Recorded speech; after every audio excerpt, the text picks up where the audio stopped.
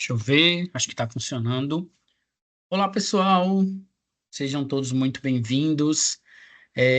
Vocês ainda não sabem, mas essa semana eu não vou conseguir dar aula por conta de um problema que eu tive. Eu estou de atestado, então, para não atrasar mais vocês, eu estou gravando essa aula aqui. São aulas mais curtas, então, vou dar dois conteúdos e quando eu retornar, eu faço a revisão deles. Então, assim, eu vou falar sobre isso também. Vocês não vão ficar sem o assunto especificamente quem não conseguia assistir. Mas são coisas que são mais simples e são mais rápidas. Por isso que eu optei por deixar gravado e não deixar especificamente sem conteúdo nenhum vocês falando. A gente vai falar de algo agora que está muito é, em atratividade agora nos últimos tempos. A gente está falando muito sobre açúcar de modo em geral, né? E aí, quando a gente fala de açúcar como um todo, a gente vem para esses vídeos, essas plataformas, entre outras coisas, que pregam que o açúcar é a pior coisa que acontece na face da Terra.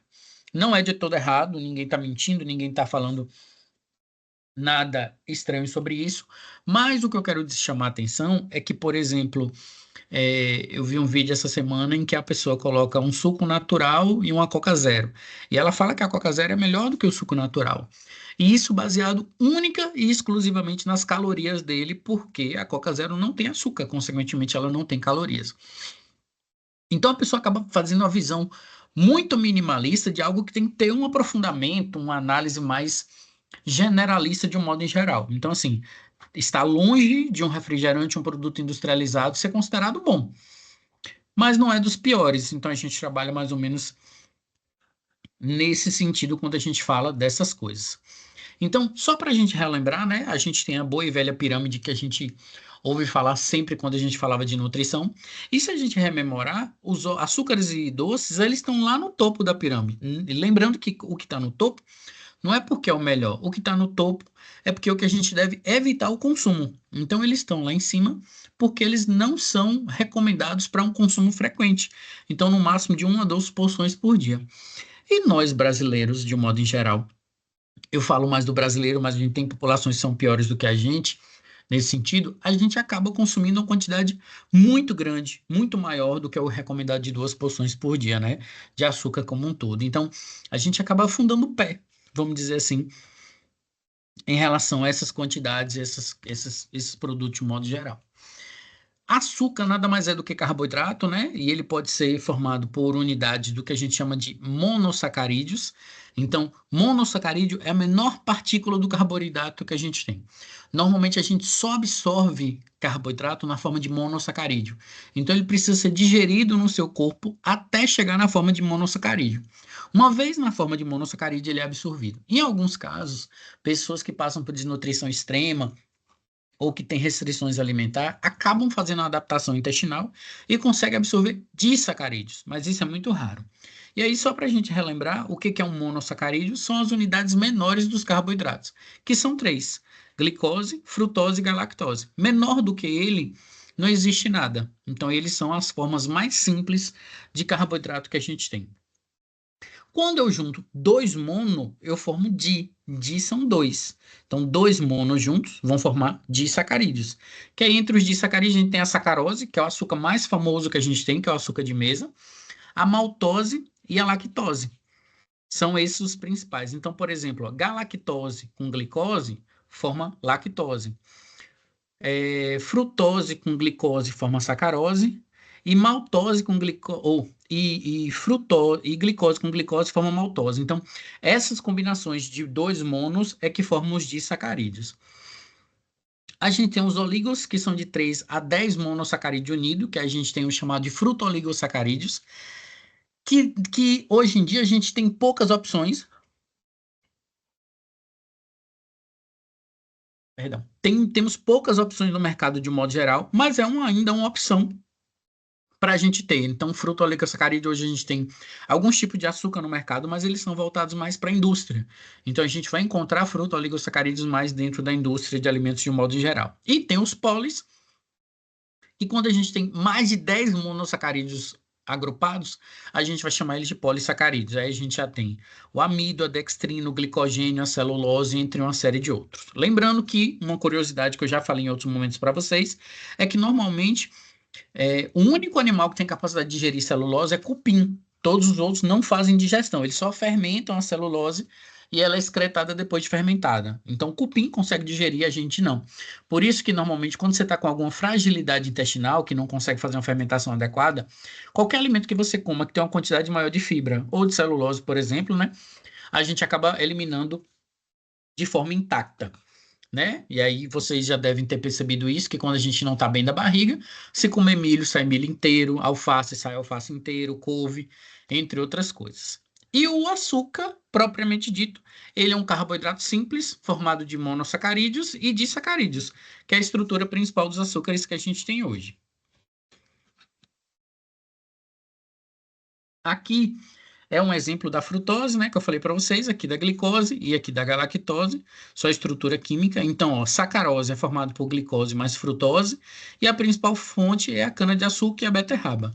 Beterraba, sim, fora do Brasil, a gente não tem, na verdade, assim, fora dos trópicos, a gente não tem climas bons para a produção de cana-de-açúcar.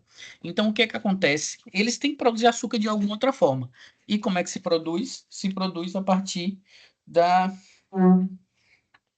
da, da beterraba. Então, eles fazem uma clarificação para não ficar roxo, mas consegue produzir da mesma forma. Então, a gente tem essa possibilidade. A lactose, que é glicose e galactose, e a principal fonte é o leite, e a gente ainda tem a maltose, que é a glicose com glicose, a gente obtém a maltose e a principal fonte dela é nos cereais. Só relembrando que, por exemplo, hoje um dos alimentos que a gente mais consome fonte de maltose é a cerveja, né, que é o malte que é utilizado, o malte e o lúpulo, que são utilizados no processo de fermentação e produção das cervejas de um modo geral.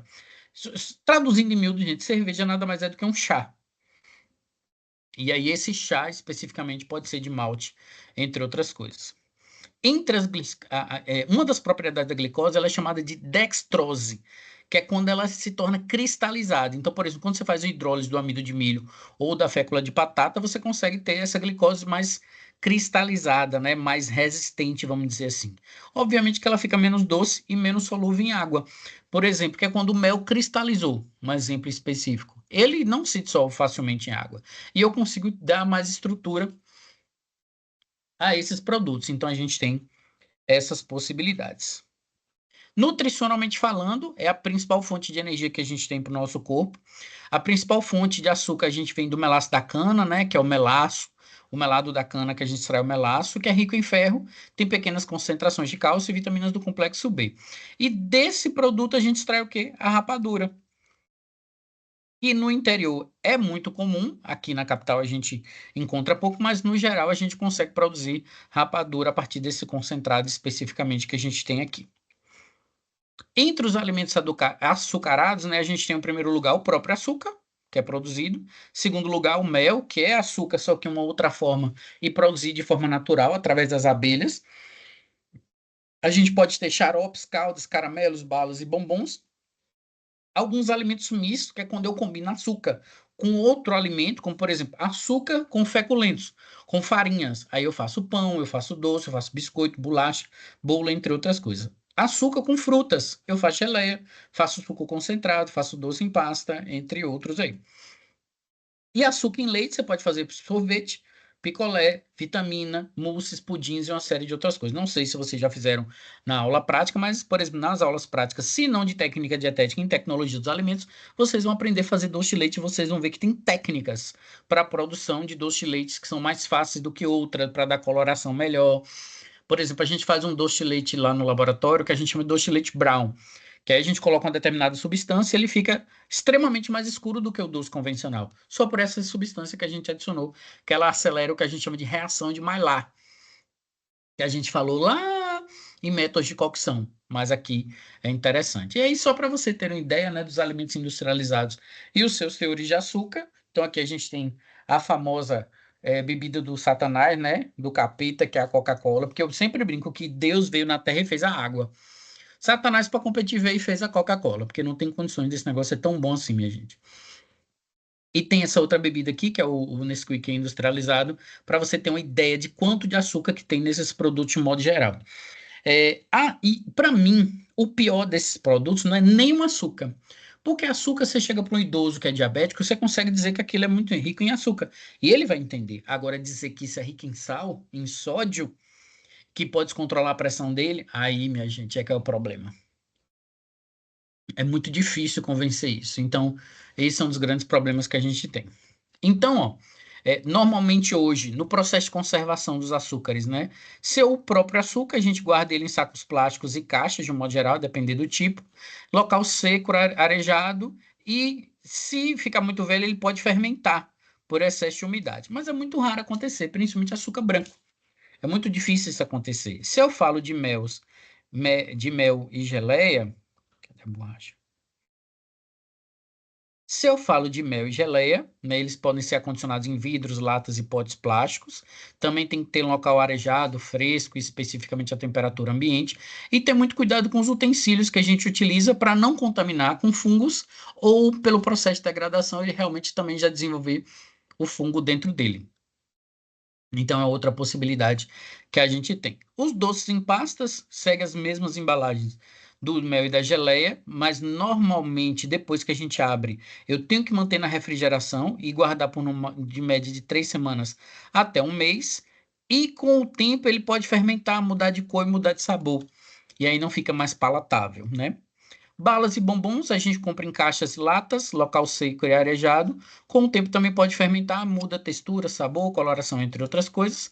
E temos ainda sorvetes e picolés, né? Que a gente guarda em potes plásticos ou de isopor, temperatura de refrigeração ou de congelamento. E com o tempo, se ficar muito velho, ele separa as fases, mudando a cor e muitas vezes a textura e até o sabor desse produto. Dentro das propriedades que os açúcares têm, o primeiro deles é chamado de poder edulcorante ou poder adoçante, né? Deixa eu ver se eu falo dele aqui. Falo. Então, essas são todas as propriedades que o açúcar tem, né? Espessante, agente de preservação, agente de gelificante, solubilidade, açúcar invertido, cristalização, hidrólise, ponto de fusão, são todos esses. Começando pelo poder edulcorante, é a capacidade que ele tem de dar o sabor doce. Então, por exemplo, se você for comparar aqui, ó, o açúcar mais doce que a gente tem na natureza é a frutose. Por isso que determinados frutos, quando eles estão muito maduros, eles são tão doces que enjoa a gente. Por exemplo, pinha. Pinha, quando ela está no estágio ótimo de maturação, ela é tão doce que a gente enjoa. Chega a sentir uma dorzinha aqui no pé do ouvido, que é quando você satura as papilas gustativas do excesso de açúcar. E o açúcar menos doce de todos é a lactose. Ó, poder edulcorante só de 16 vezes. Então, o mais doce é a frutose e o menos doce é a lactose. A sacarose, que a gente mais utiliza, ela tem um poder edulcorante de 100. Então, é um poder edulcorante bom, principalmente quando eu comparo com os outros. Ela não é nem tão alta quanto a frutose, nem tão baixa quanto a lactose. E ela está muito próxima do que a gente utiliza de açúcar invertido, que é um produto específico que a gente tem com essas características.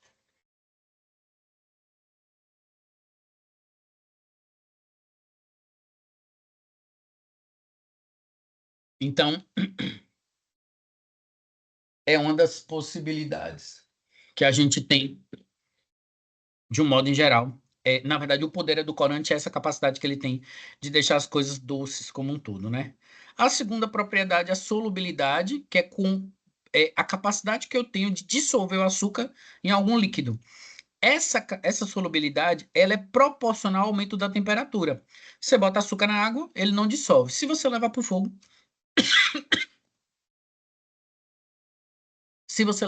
ele vai desmanchar. Então, é uma outra opção que a gente tem. Deixa eu só pegar uma água aqui. Um segundo.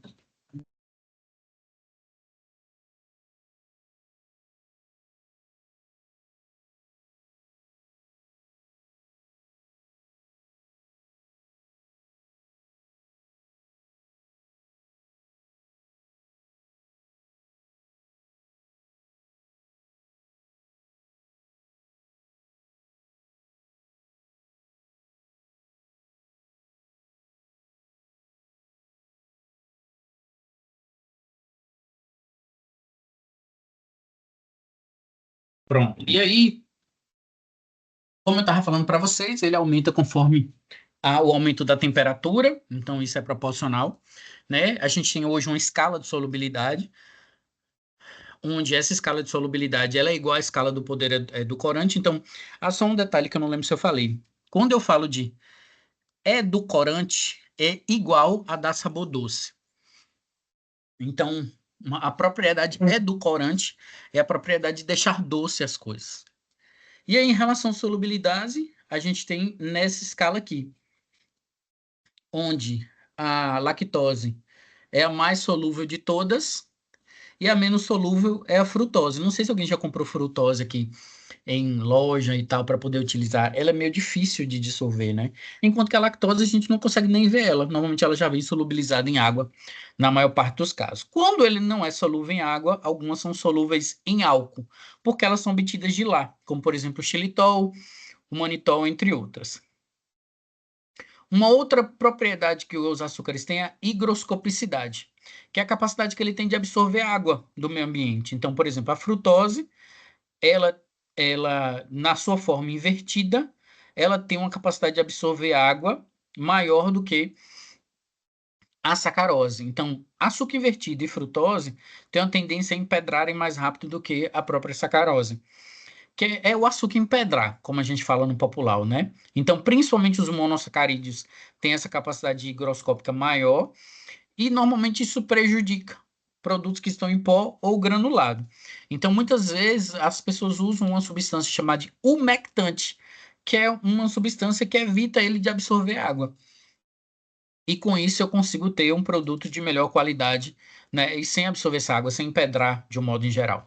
Não sei se vocês já viram, mas a gente tem alguns sachês, principalmente de sílica, né, que vem em produtos como couro e outros produtos que a gente compra, que muita gente tira e joga fora. Aquilo, gente, a gente tem que utilizar. Primeiro que se eu jogo fora, vai para a natureza e é um contaminante. Segundo, que se você botar no seu guarda-roupa, ele vai ter a mesma propriedade. Então, ele vai evitar que suas roupas, seus sapatos, suas cuecas, suas calcinhas e o que quer que seja, fiquem muito úmidos.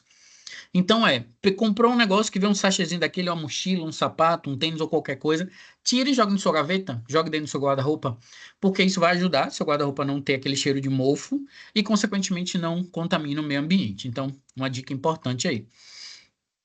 Então, a gente tem essas propriedades. Uma outra propriedade que o açúcar tem que é super importante é a fermentação. Todo açúcar, quando ele consegue começar o processo fermentativo, ele vai liberar CO2 e água a partir da sua fermentação. Só que como parte desse processo, eu tenho uma coisa que não é muito boa, que é a formação de álcool. Escrever para esse negócio é horrível. Que é a formação de álcool. Vixe, 2L. Que é a formação de, vou botar só 3 letras, de álcool. Então, acontece sempre no processo fermentativo isso. Por exemplo, a produção de vinho. Vinho é quando eu pego a uva, coloco ela dentro de um recipiente fechado, eu estimulo o processo de fermentação. Então, eu tenho leveduras na casca da uva que começam a fermentação. E no início dessa fermentação gera o álcool, que é o que eu quero por ser uma bebida alcoólica. Se eu deixar fermentando por um maior período de tempo, esse álcool que é produzido vai ser convertido em ácido acético. Então, toda bebida, se ela ficar muito velha no processo de fermentação, ela vai virar um vinagre. Por isso que a gente diz que vinho velho avinagrou, que é quando ele perde aquela propriedade que ele tem inicial, né? O álcool evapora e é convertido em ácido acético, então realmente se transforma em vinagre quando ele vai ficando velho. Inclusive, o vinagre foi descoberto assim, né? Na sua propriedade. Alguns tipos de açúcar eles são chamados de polióis, que é quando tem o açúcar e esse açúcar também ele tem um derivado de álcool na sua composição. Normalmente esses açúcares de álcool eles são calóricos, têm um poder edulcorante bem específico deles, né? Não geram cáries e entre os exemplos a gente tem a versão alcoólica da glicose é o sorbitol, da manose ao manitol, da maltose ao malitol e da xilose ao xilitol. Desses todos aqui, acho que o xilitol e o sorbitol são os mais conhecidos que ele tem. Mas aí tem um porém, nem tudo são flores, né? Principal consequência deles não sei se vocês sabem, mas primeiro que ele amarga se usar demais, segundo que dá diarreia. Eles são laxantes se eles usarem em grande quantidade. Na verdade, o corpo da gente ele tem um efeito chamado efeito descarga, que é, se você come demais um determinado nutriente, ele não vai dar conta de metabolizar aquilo dali. Então, o que é que ele faz? Ele para a absorção e a metabolização e diz assim, ó, não vou absorver, vou botar para fora. E aí ele começa a secretar água. E aí você tem uma diarreia, porque tem uma secreção de água constante ali acontecendo para botar aquilo que você comeu em excesso para fora. Por exemplo, vou dar um exemplo aqui. Joyce convidou a gente para comer um chinchim de bofe na casa dela. Chegou lá, tinha um dedo de gordura em cima. Então, esse xixim de bofe com dedo de gordura tem uma tendência muito grande a dar uma diarreia por conta disso, que é o efeito laxante que a gente tem. É muito comum nos viajantes, o pessoal quando vem de fora para Salvador, quando chega em Salvador, vai comer acarajé, abará, moqueca, não sei o quê, e quando é de noite tá a vida de rei. Porque pelo excesso de gordura que tem, o corpo não consegue metabolizar e começa a colocar para fora. Existe uma propriedade do açúcar hoje que é chamada de açúcar invertido, que normalmente ele é feito pela hidrólise. Lise quer dizer quebra e hidro, água. Então, a quebra na água do açúcar. Então, esse açúcar, a gente faz a quebra da ligação glicosídica que ele tem em partes iguais de glicose e frutose, normalmente utilizando calor para fazer uma ebulição contínua desse processo, ou usa ácidos fracos, né, como ácido cítrico, vinagre ou uma substância que quem é da área de culinária pode ter visto, chamada de cremor tártaro, que ele potencializa a ebulição. E quando a gente usa para a produção de bolo, raramente o bolo sola quando a gente usa esse cremor tártaro, porque ele é uma combinação de ácidos diferentes que auxilia nesse processo. Você pode também utilizar uma enzima que é chamada de invertase, e essa enzima invertase, ela vai virar o ponto isomérico desse açúcar. Então, o açúcar, a glicose e a frutose, que eram da posição destrogira, passa para a produção levogira. Eu acho que eu tenho uma imagem ali depois. E todo produto que é feito com açúcar invertido não cristaliza. Então foi uma inovação super importante da indústria para não ficar com aqueles produtos cristalizados, como por exemplo, antigamente a gente ia tomar sorvete, antigamente eu, né? Porque acho que aqui tem gente que não é dessa época. Eu também não sou tão velho assim não, viu, gente? Alguns anos atrás, para não denunciar a minha idade, a gente ia tomar sorvete, era comum ter cristal dentro do sorvete, ou de gelo, ou do próprio açúcar, que era porque a gente não utilizava esse açúcar invertido. Hoje, com a utilização do açúcar invertido, isso não acontece. Então, por exemplo, aqui eu tenho a sacarose na sua posição normal. Tá vendo? Essa é a sacarose, o açúcar, na sua constituição, e aqui é uma molécula de água. Pela ação da enzima invertase, o que que eu faço? Eu mudo eles de posição. Olha esse grupamento aqui onde estava, olhe especificamente para onde ele foi. E esse grupamento aqui onde ele estava, olha para onde ele foi. Então eu mudo ela de posição e quebro as duas. Então eu libero glucose e frutose, separando a sacarose. Que lembre que a sacarose é formada por dois monos. Então, frutose e glicose se unam para formar a sacarose. E aí eu faço o contrário. Eu uso a enzima, ou uso o calor, ou um ácido para quebrar a sacarose e liberar a glicose e frutose. Isso aqui, gente, foi uma das maiores invenções para a parte gastronômica em geral. Sabe por quê? Quem é de antigamente vai lembrar que antigamente você ia no aniversário, num batizado, num casamento, tava o bolo lá em cima da mesa e uns ventiladores do lado, porque senão o glacê derretia e o bolo despencava. Então era comum você ir, principalmente quem é de região quente como eu era, e aí todo casamento e aniversário era o bolo no meio e ventilador do lado, para o bolo não despencar. Até porque antigamente não era tão comum ter ar-condicionado como a gente tem hoje. E aí,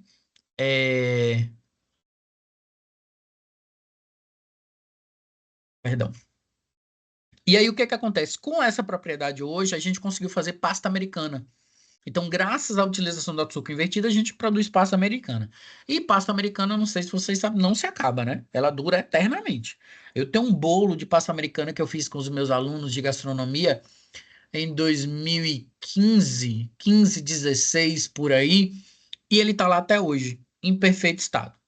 A gente não abriu para ver como é que tá dentro, mas por fora não tem alteração nenhuma. E fica a temperatura ambiente, viu? Então, é um produto produzido a partir dessa reação específica, que ele vai ter uma propriedade muito melhor em relação aos demais.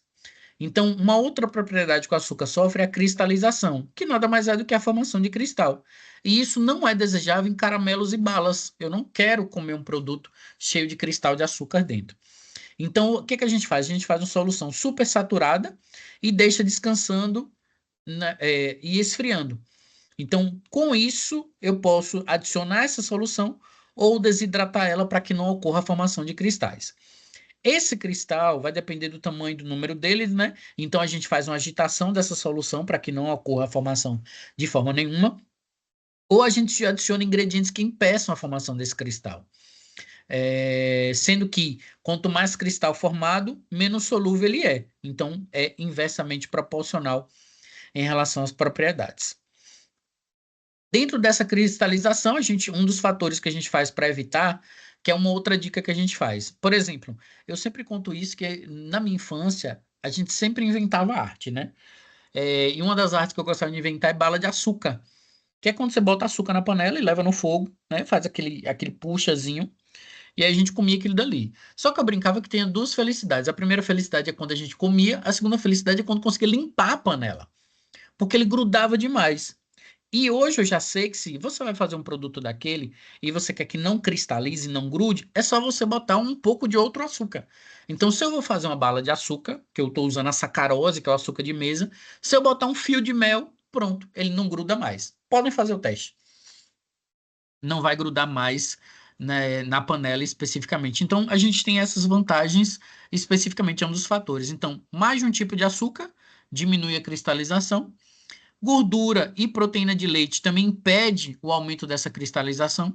Xarope de milho ou mel também retarda, ou o que eu falei para vocês, ó, o cremor tártaro, que ele ajuda a formação do açúcar invertido, porque ele tem muitos ácidos na sua constituição, consequentemente ele retarda a cristalização. Então hoje, na parte gastronômica, eles utilizam muito o cremor tártaro. Eu, inclusive, conheci quando eu comecei a trabalhar com gastronomia especificamente, que antes eu nunca tinha ouvido falar. Dentro da cristalização, agora vai começar umas imagens que eu acho que muita gente aqui vai começar a se contorcer, viu? Dentro da cristalização, né, a gente tem uma estrutura cristalina, que aí a gente faz o que com essa estrutura cristalina? Fundis ou fondants, que são cristais pequenos, né? Ou sugar candy, que são cristais maiores na sua produção desse produto. A gente tem outras estruturas que são chamadas de amorfas. Aqui, por exemplo, é um fundão. É, Antigamente tinha no roteiro, mas eu acho que Mariana tirou, porque não é uma coisa tão boa. A gente prefere fazer um doce de leite, fazer umas outras coisas que são mais comuns. Você tem estruturas que são mais amorfas, que é o caso do caramelo e dos toffees. Isso aqui, minha gente, ó, é melhor do que muita gente por aí. Digo a vocês, eu sou apaixonado em bala toffee. Apesar de consumir pouco, porque eu raramente encontro, mas na minha infância eu era apaixonado. Tanto que uma vez eu pedi de presente de aniversário à minha mãe um pacote de bala, de caramelo. A gente ainda tem os marshmallows, que também não faz parte do hábito alimentar do brasileiro, né? Os estrangeiros até comem mais, mas nós não temos o hábito de ficar comendo marshmallow. E as balas de goma, que lembrando que além de açúcar na bala de goma, a gente tem muito colágeno. E esse colágeno é extraído de onde? Pele de porco. A pele de porco que é onde eu extraio o colágeno que a gente é utilizado em muito desses produtos, principalmente produtos que são zero açúcar. A gente utiliza muito o colágeno na formação dos mesmos. Uma outra reação que a gente tem no açúcar é a caramelização, né? Por exemplo, quando eu pego a sacarose, que é o açúcar de mesa, submeto ele ao calor seco, que é em média de 120 graus, boto no fogo, na panela e boto no fogo. Aí eu tenho um ponto de fusão, que é quando eu tenho a desidratação da sacarose. Se eu aumento um pouco o calor seco até 160 graus, aí eu já tenho um líquido claro, que é uma reação chamada de dimerização. Se eu continuo aquecendo em torno de 170, aí eu já tenho a caramelização ou trimerização desse açúcar. Acima de 185 graus, ele vai pegar fogo, liberando gás carbônico e água, mais polímeros da sua combustão. Então, pegar açúcar, botei no fogo. Primeira coisa é o ponto de fusão, né? Que é quando ele derrete especificamente. Então, a sacarose desidrata, porque a água evapora, vai ficar ali só o açúcar especificamente. Se eu continuar aumentando a temperatura, vai ficar um líquido claro, que é através da dimerização. Se eu aqueço mais em torno de 170, aí eu vou ter a trimerização, que é quando eu tenho esse processo de desgaste do açúcar. Passando de 180 graus, ele vai começar a pegar fogo. Então, é mais ou menos isso que acontece quando a gente faz bala de açúcar ou calda de pudins. É essas reações que acontecem para fazer o caramelo, especificamente. Então, eu tenho aromas, texturas, cores de pães, sobremesas, tortas e bolos são obtidos a partir desse caramelo. Aí, muita gente pode, professor, por que eu boto um copo de água no caramelo quando eu estou fazendo ele para a calda do pudim? Por dois motivos, para evitar que isso aqui aconteça. Se eu evito que isso aqui aconteça, consequentemente, eu atraso esse e atraso esse. E ainda atraso esse. Então, eu tenho um produto mais escurecido, mais líquido e que não pega fogo e que não vai ficar muito escuro. Então, eu ganho nesse processo adicionando a água. Por isso que o pessoal bota água. Outras pessoas botam um pouco de manteiga na hora que está fazendo o caramelo, mas aí altera sabor, altera textura, entre outras coisas. Mas a água já funciona super bem. Dentro da solubilidade, eu acho que a gente já falou. Isso aqui está repetido. Nós já falamos nisso. E a gente tem a famosa e conhecida reação de Maillard ou de Maillard. Depende muito de quem está falando aí. Para mim, é reação de Maillard. O que a reação de Maillard faz? Eu preciso nessa reação ter aminoácidos e eu tenho que ter açúcares redutores. Se eu não tiver aminoácido, não é reação de Maillard. É caramelização.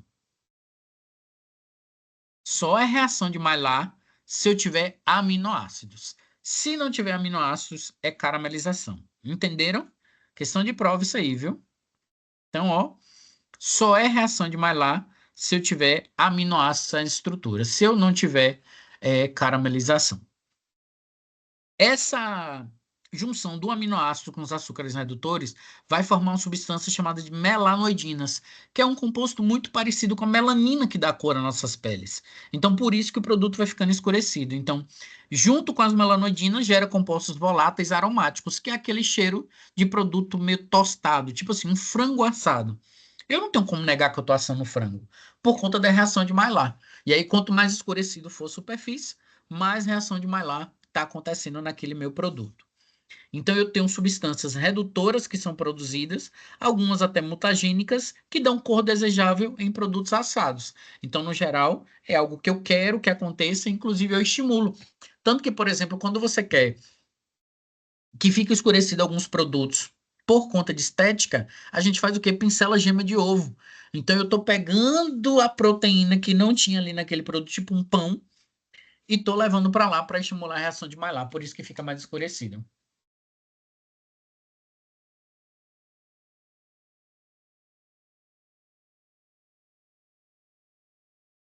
Então, é uma das possibilidades que a gente tem. Então, entre os tipos de açúcar, a gente tem a sacarose, né? Que é o açúcar de mesa, que é o mais famoso. Normalmente a gente extrai ele da cana aqui no Brasil, mas fora pode ser da beterraba ou do néctar de flores, que é muito raro conseguir. E ainda pode ser de frutas, raízes e sementes. Mas a grande maior parte vem da cana-de-açúcar. Tem um poder de cristalização específico, ele é inodoro, com sabor doce e bem solúvel. Isso açúcar sacarose, que é açúcar de mesa.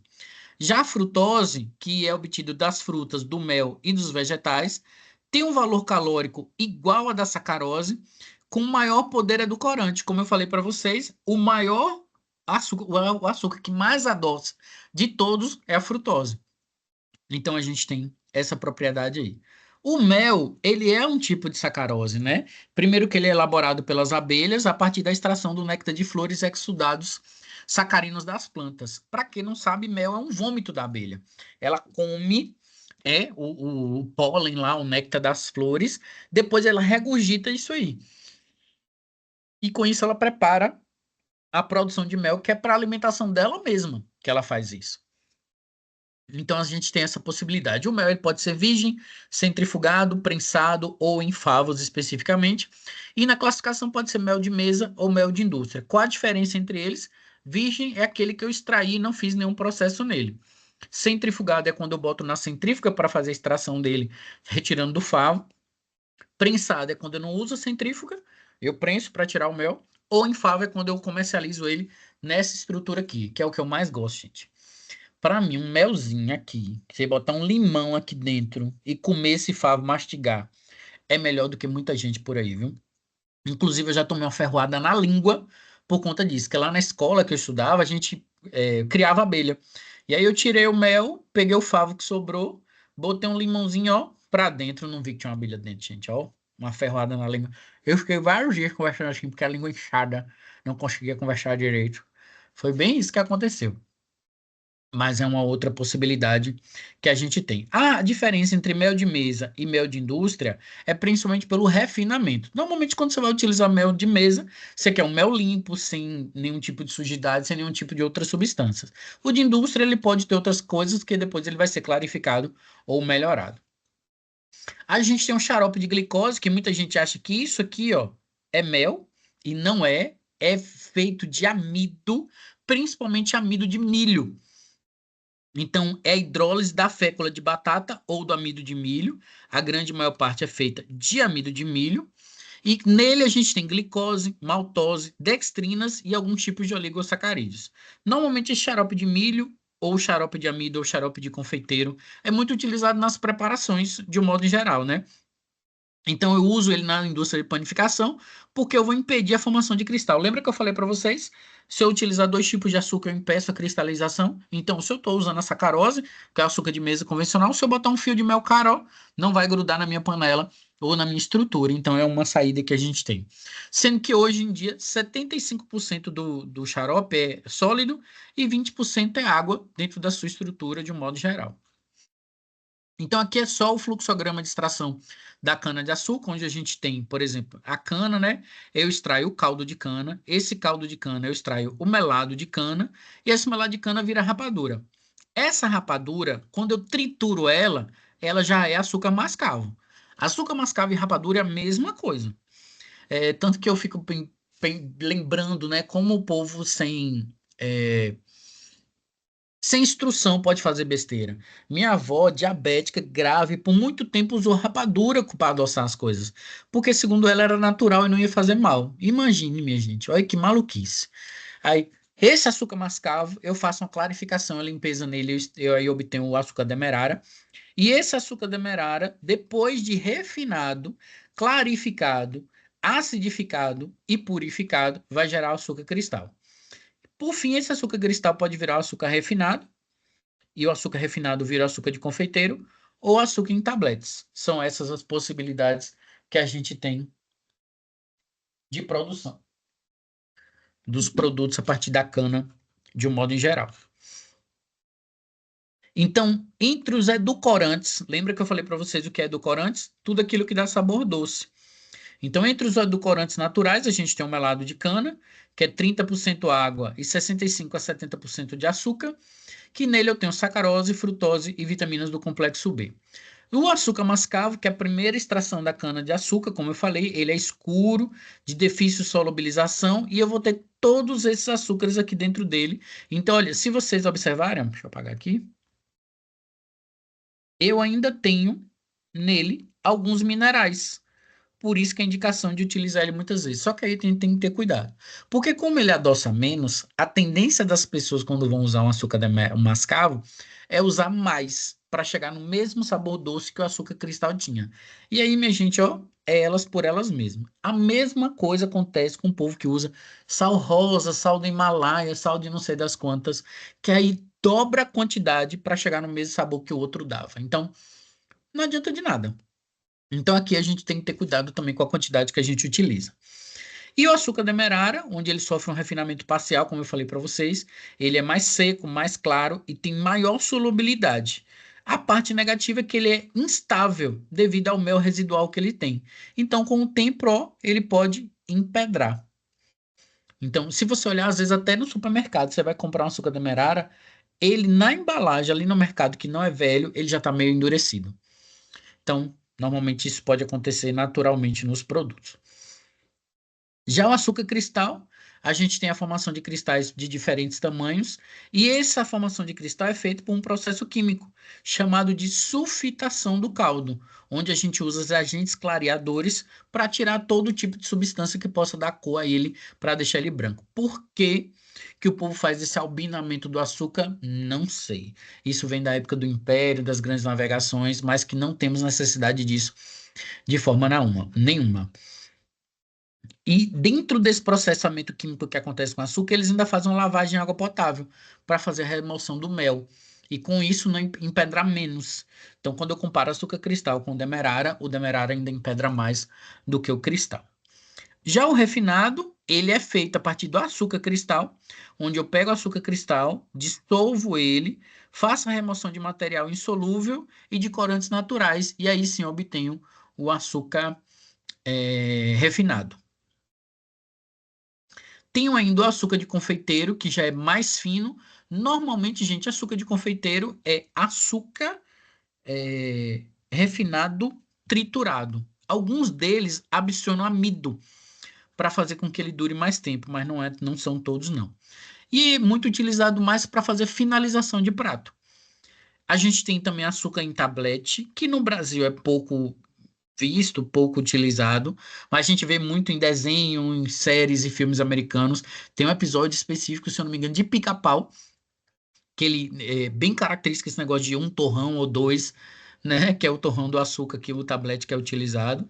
Nada mais é do que a sacarose cristalizada em forma de cristal. Então tem uma solução saturada de açúcar que é feito de forma quente e aquecida, mas é açúcar como outro qualquer. Tem o açúcar líquido, que normalmente é utilizado pela indústria para a produção de bebidas, xarope, sorvetes, entre outros. Por exemplo, em casa eu sempre tenho muito xarope de açúcar para fazer drink. Então eu pego açúcar, dissolvo na água quente e depois eu resfrio essa água. E essa água adoçada eu uso na produção de drinks de um modo geral para não precisar botar açúcar. Por exemplo, vou fazer uma caipirinha. Aí o povo macera lá a fruta, aí bota o açúcar e bate bastante. Eu prefiro botar o xarope, ao invés de botar o açúcar depois, porque eu acho que a solubilização fica melhor. E não vem cristal, não sei se vocês, mas eu já tomei umas caipirinhas que, no fundo, quando você puxava, vinha os cristais de açúcar todo junto. E você usando o xarope, isso não acontece. Saindo para algo que eu sou extremamente crítico, são os adoçantes. E que eles são chamados na indústria de edulcorantes. Se você ler as embalagens dos adoçantes em geral, vai estar escrito edulcorantes. Normalmente eles não são açúcar, na sua grande maioria. Eles têm uma capacidade de adoçar muito maior do que o açúcar, principalmente do que a sacarose. E normalmente eles são as matérias-primas dos edulcorantes para fazer os adoçantes de um modo geral. Pode ou não ser absorvido pelo organismo, alguns não são metabolizados, que aí eu vou mostrar a vocês. Contém valor calórico reduzido ou não tem valor calórico, depende do tipo, porque alguns são nutritivos, outros não são. E aí você vai ter características diferentes a depender de cada um deles. Então, por exemplo, começando pelo que é chamado de mais saudável, a gente tem aqui.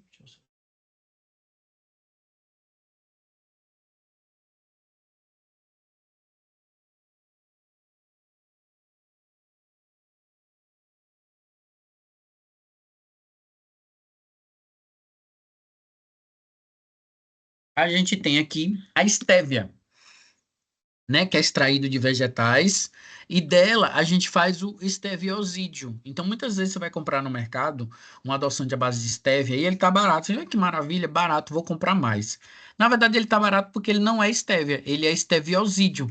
É estévia misturado com sacarina, entre outras coisas. Mas a estévia sozinha, ela é muito boa, né? Normalmente ela é extraída dessa planta, né, que é a estévia halbudiana, onde eu realmente extraio uma substância que dá sabor doce. Ela consegue adoçar 180 vezes mais do que a sacarose. Parte negativa é que ela é nutritiva, então ela tem valor calórico especificamente, né? Mas a parte boa é que se eu usar demais ela acaba amargando.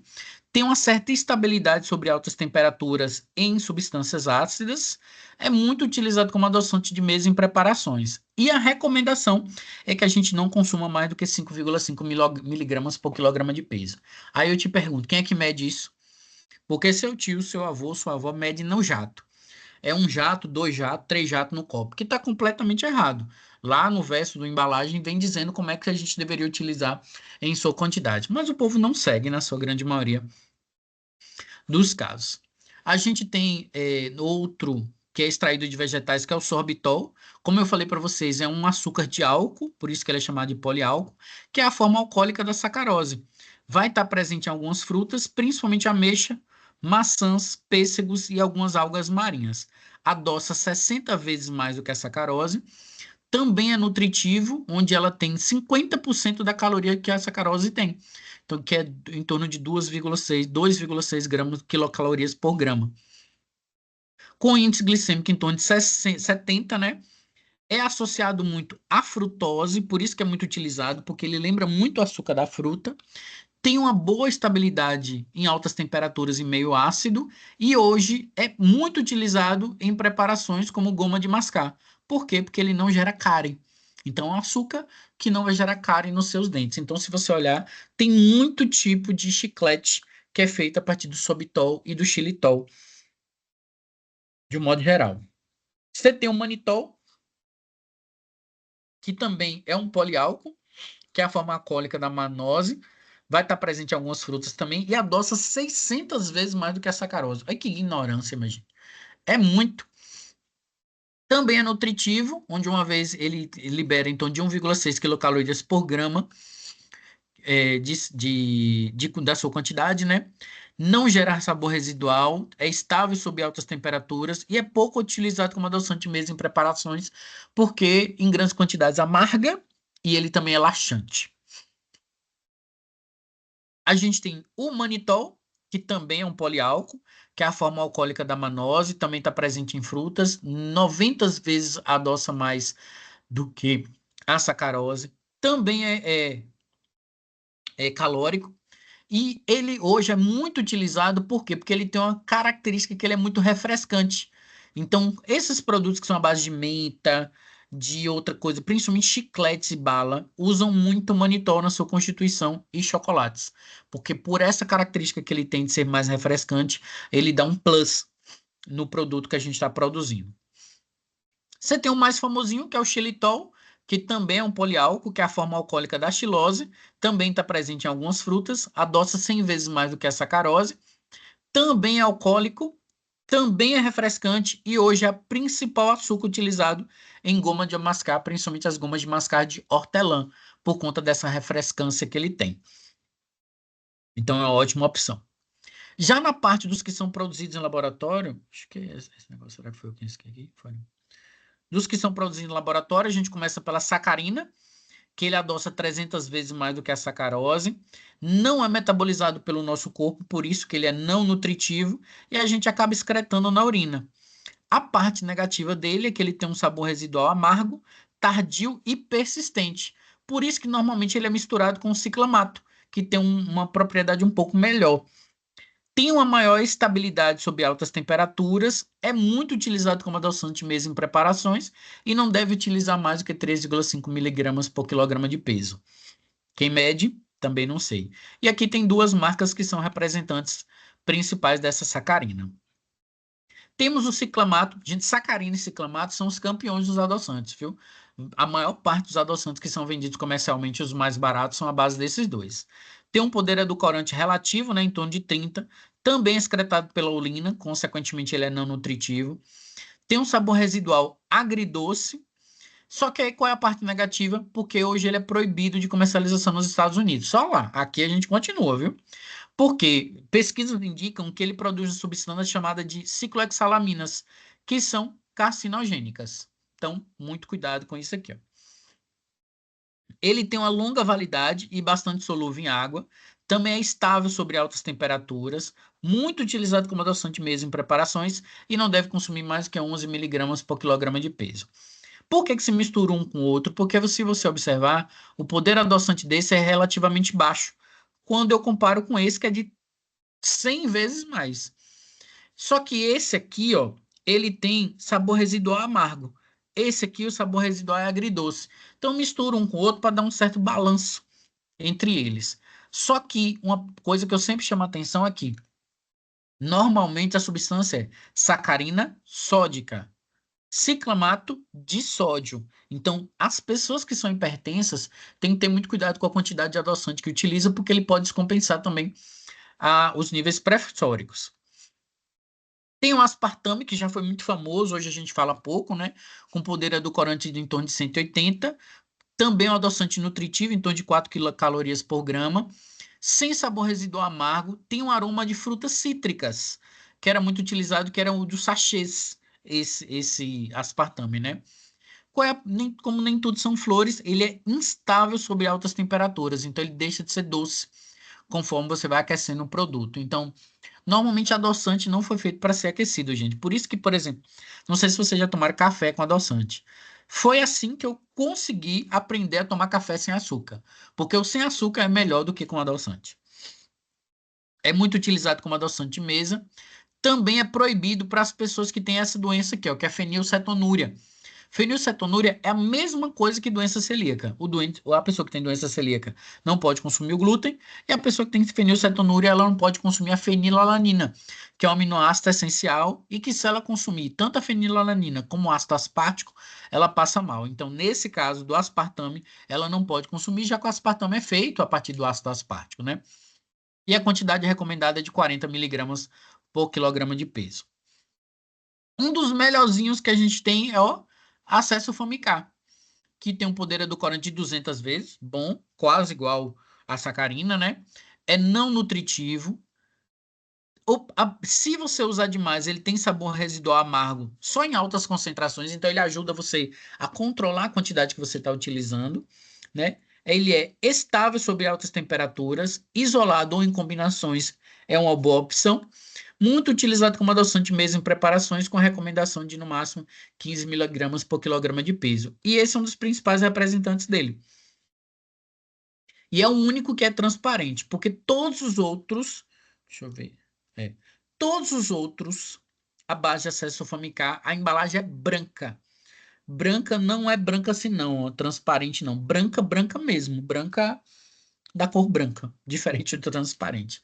Esse é o único que é transparente, que é esse linha da gotinha. Os outros todos, quando a embalagem for branca, normalmente eles são a base de acesso Famicar. Então fica aí como dever de casa de vocês olharem o adoçante que vocês têm aí para verem que tipo de composição ele tem especificamente. De açúcares era isso. Deixa eu ver se dá tempo daqui da gente falar de ovos. Houve uma aula um pouco bem mais rápida.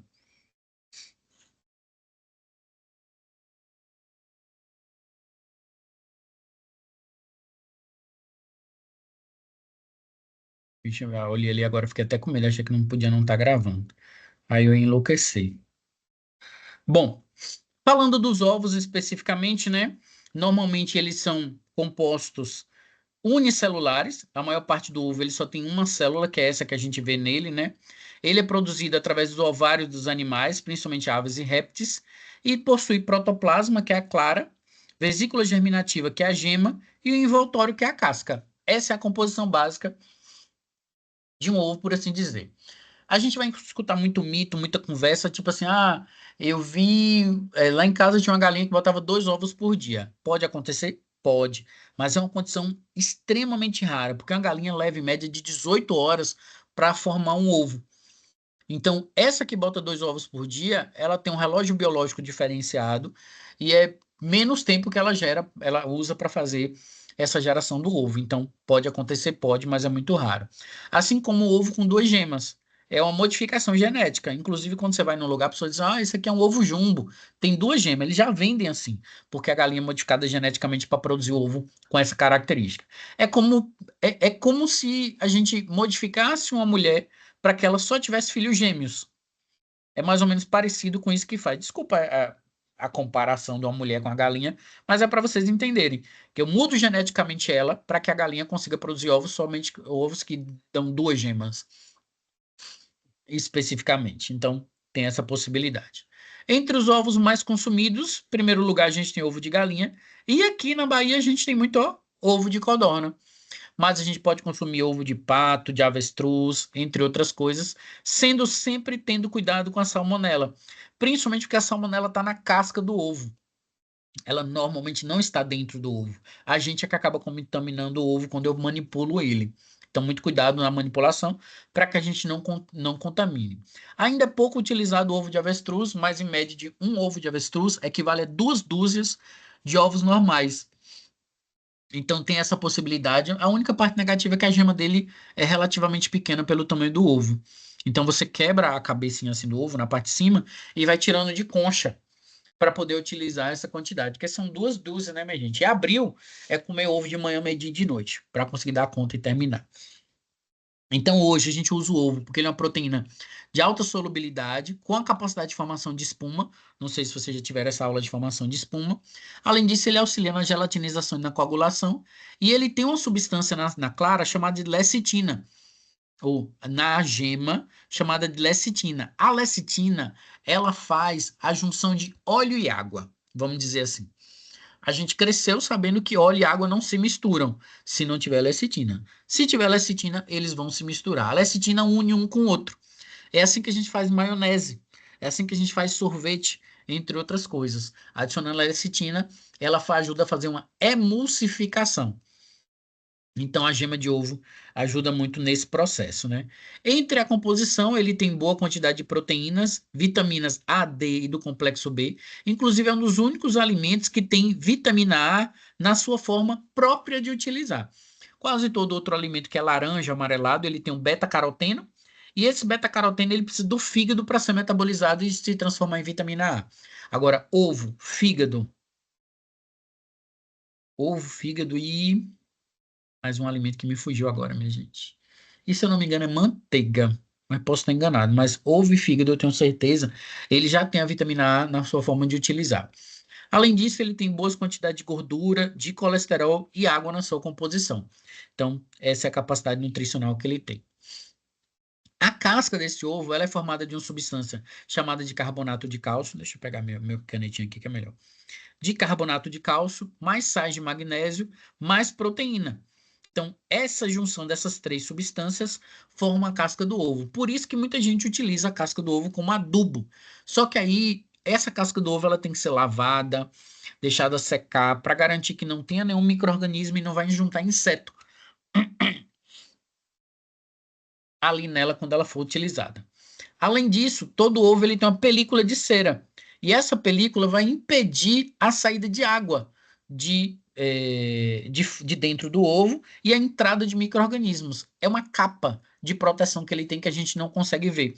Mas todo ovo tem, tanto que quando você cozinha ele, você consegue ver. Que é uma capinha que normalmente algumas pessoas tiram, né? Que fica entre a casca e o ovo propriamente dita.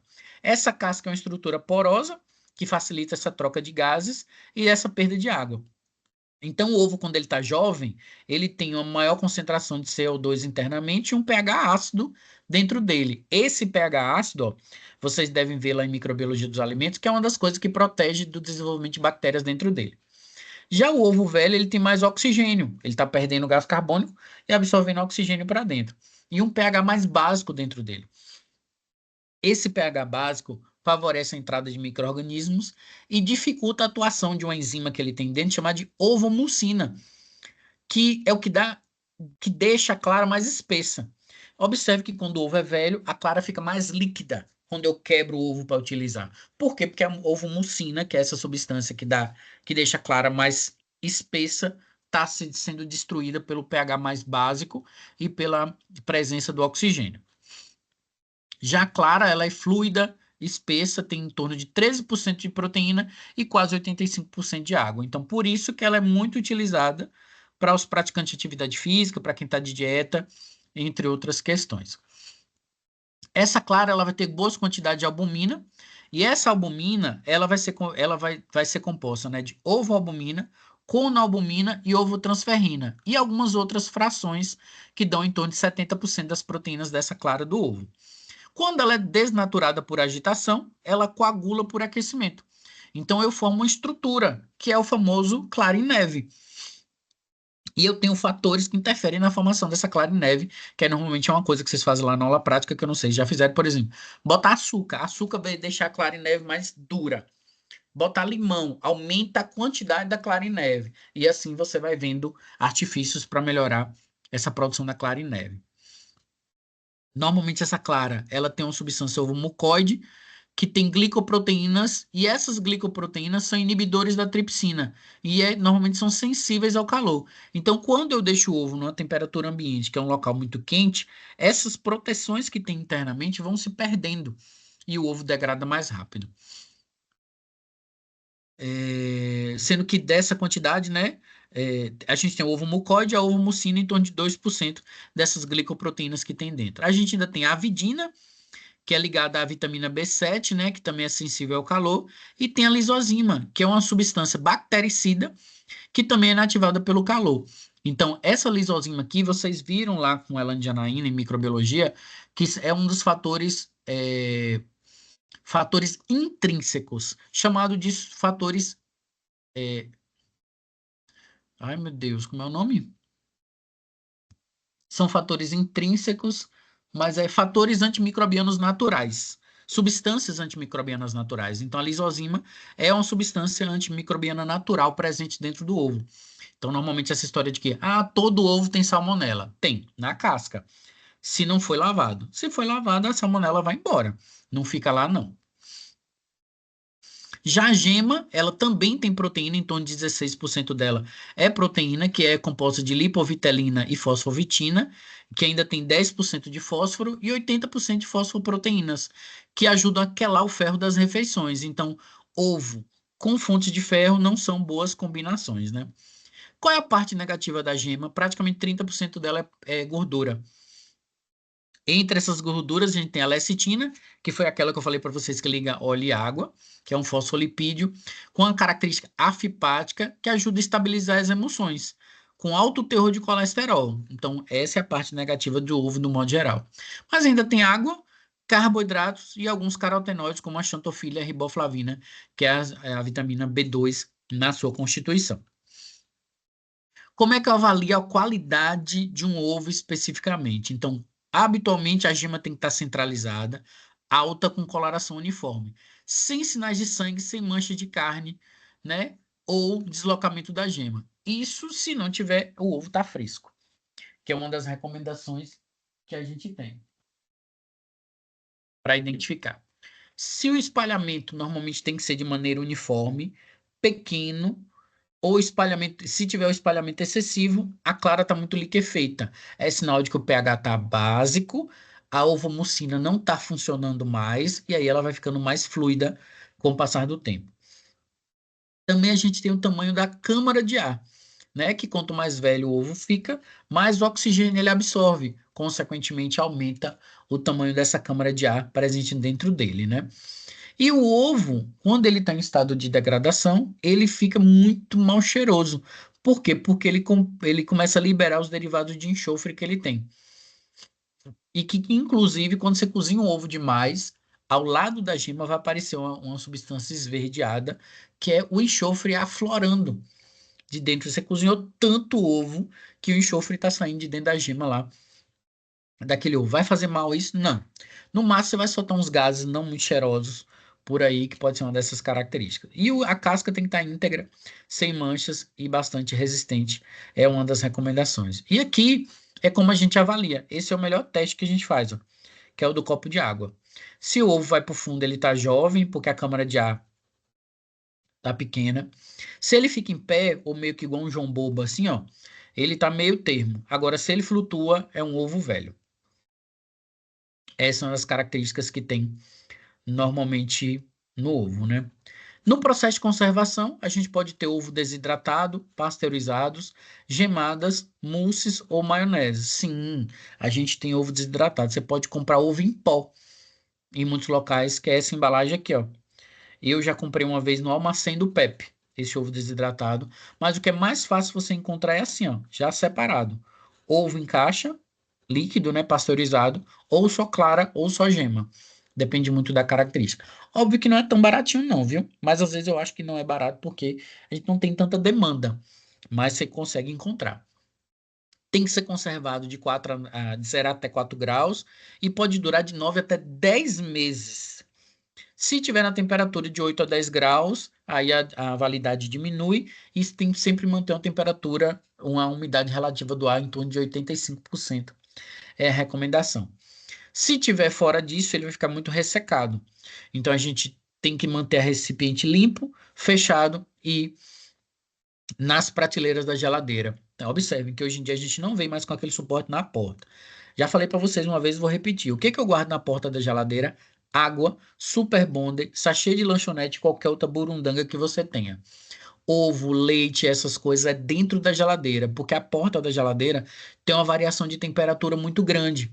Então, se tem a variação de temperatura muito grande, não é interessante que você coloque lá para o produto não ficar fazendo choque térmico no que você abre e fecha a porta. Ainda tem aquela galera que abre a porta e diz assim, me esqueci o que vim pegar aqui dentro, e fica com a porta aberta, para ver se lembra o que foi que veio pegar, e não vai lembrar.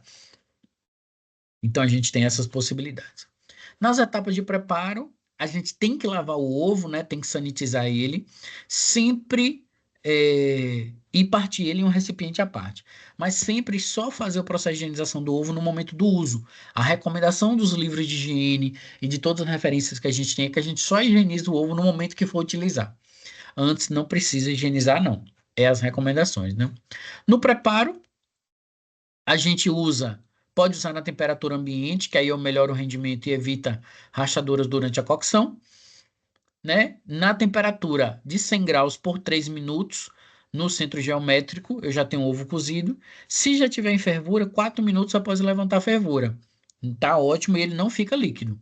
Sempre esfriar rapidamente após a cocção, para ele não continuar cozinhando, e evitar uma camada escurecida ao redor da gema, que normalmente é sulfeto de ferro ou afloramento de enxofre, como eu tinha falado para vocês. Não acrescentar ovo nas misturas quentes para não talhar. Se eu for quebrar um ovo, por exemplo, no molho branco, ele vai cozinhar antes e aí não vai prestar. Ovo cozido, frito, mexido, pochê, fritado, omelete, gemadas, que é ovo batido mais açúcar, ou bife a cavalo, a Camões, lombo recheado, todos esses são preparações que a gente usa o ovo no preparo, né? Se eu cozinho ele excessivamente, eu tenho ácido de enxofre nas proteínas da clara, que em altas temperaturas podem gerar gás, sulfeto de hidrogênio, que dá um odor desagradável, uma coloração esverdeada ao redor da gema. Essa foto, não sei se dá para vocês verem aqui, mas vocês já devem ter percebido em casa, né, que aparece uma mancha esverdeada aqui, ó. E é por conta desse cozimento excessivo. E aqui tem algumas preparações e algumas funções do ovo nessas preparações. Não vou falar toda, mas, por exemplo, maionese, molhos e sorvetes, a função dele é emulsificar. Se eu vou fazer bolo, pudim, flan, a função dele é unir os ingredientes. Bife e frango à milanesa é cobrir o frango ou bife. Se é creme, mingau e sopa, é deixar mais espesso o produto. Então, eu tenho várias preparações que eu faço utilizando o ovo. Em cada uma delas, o ovo tem uma função diferenciada. Por exemplo, aqui em pastéis e tortas, a função é vedar. Vedar como quem é produtor de pastel raiz, na hora que vai fechar o pastel, passa o garfo no ovo e vai fechando o pastel, que é uma das técnicas que se tem, principalmente quando você faz massa caseira. Na formação de espuma, como eu tinha comentado para vocês, né, a gente tem incorporação de ar pelo batimento com a retenção de ar, especificamente quando você vai batendo. Então, a gente tem a viscosidade da ovoalbumina, que causa uma expansão, que é considerado um agente de crescimento. Então, se eu quero leveza e melhorar a textura da preparação, eu faço clara em neve. E aí, nesse batimento, eu faço a desnaturação da albumina. Essa albumina faz desdobramento das estruturas, dando elasticidade, incorporando ar, formando bolas dentro. E se eu faço um batimento prolongado, essa estrutura formada a partir da albumina não se sustenta, não se sustenta. Vai perder elasticidade e vai começar a desmanchar. Então, o ovo bateu, formou a quantidade de espuma que você quer, para. Não segue no processo, não. Se eu coloco água, eu diminuo a resistência da espuma. Se eu coloco sal, eu dificulto a formação da espuma e diminuo o volume e a estabilidade. Se eu coloco gordura ou umidade, eu dificulto a formação de espuma, diminui o volume e estabilidade. Se eu coloco pequenas quantidades de açúcar e ácido, eu aumento a estabilidade da espuma formada. E se eu quero acrescentar as preparações, sempre, se eu for acrescentar a espuma nas preparações, sempre é a última coisa que eu coloco antes de colocar no forno. Para aí eu incorporo com movimentos leves e coloco lá para não haver desnaturação. Então, se eu vou fazer clara em neve, ó, é interessante colocar um pouquinho de açúcar ou um pouquinho de ácido no ovo para garantir a formação dessa espuma. Então, por exemplo, aqui é uma tabela resumindo o que normalmente vocês fazem na prática, né? A gema, ela aumenta o tempo de batimento, diminui o volume e diminui a estabilidade. Açúcar aumenta o tempo de batimento, diminui o volume e aumenta a estabilidade. Sal aumenta o tempo, diminui o volume e diminui a estabilidade. Água aumenta o tempo também, aumenta volume e diminui estabilidade. Ácido não interfere no volume e aumenta a estabilidade. E óleo diminui volume e diminui estabilidade. Então, se vocês prestarem atenção, o ácido, teoricamente, seria o melhor, porque ele não interfere em volume, mas vai aumentar a estabilidade do produto. Então, é uma das melhores coisas. Na culinária, né, o ovo vai ajudar no endurecimento, porque ele faz coagulação das proteínas, dando resistência ao produto, como sobremesas e cremes de modo geral. É como se ele desse estrutura à preparação, principalmente quando é essa clara em neve, especificamente aí que a gente comentou. A gente tem essa possibilidade. Também ajuda na emulsificação, pela lecitina, que eu já tinha comentado para vocês, que é importante agente emulsificador. E aí ele une compostos polares, como é o caso da água, é, a água que é polar, e os apolares, que é o caso da gordura. Então a gente tem essa possibilidade, né? E a gente tem um ponto de saturação da lecitina. Não adianta incorporar muito, chega uma hora que ela não vai aguentar mais unir ninguém, e aí começa a ter um processo chamado de cinerese, que é a saída de água dessa estrutura formada. E era isso, pessoal. Fico triste não estar aí perto de vocês, mas na próxima semana a gente está lá junto e a gente consegue reforçar esses conceitos e conteúdos e seguir com os nossos conteúdos de modo geral. Muito obrigado pela atenção de todos, bons estudos e a gente se vê logo logo. Tchau, tchau.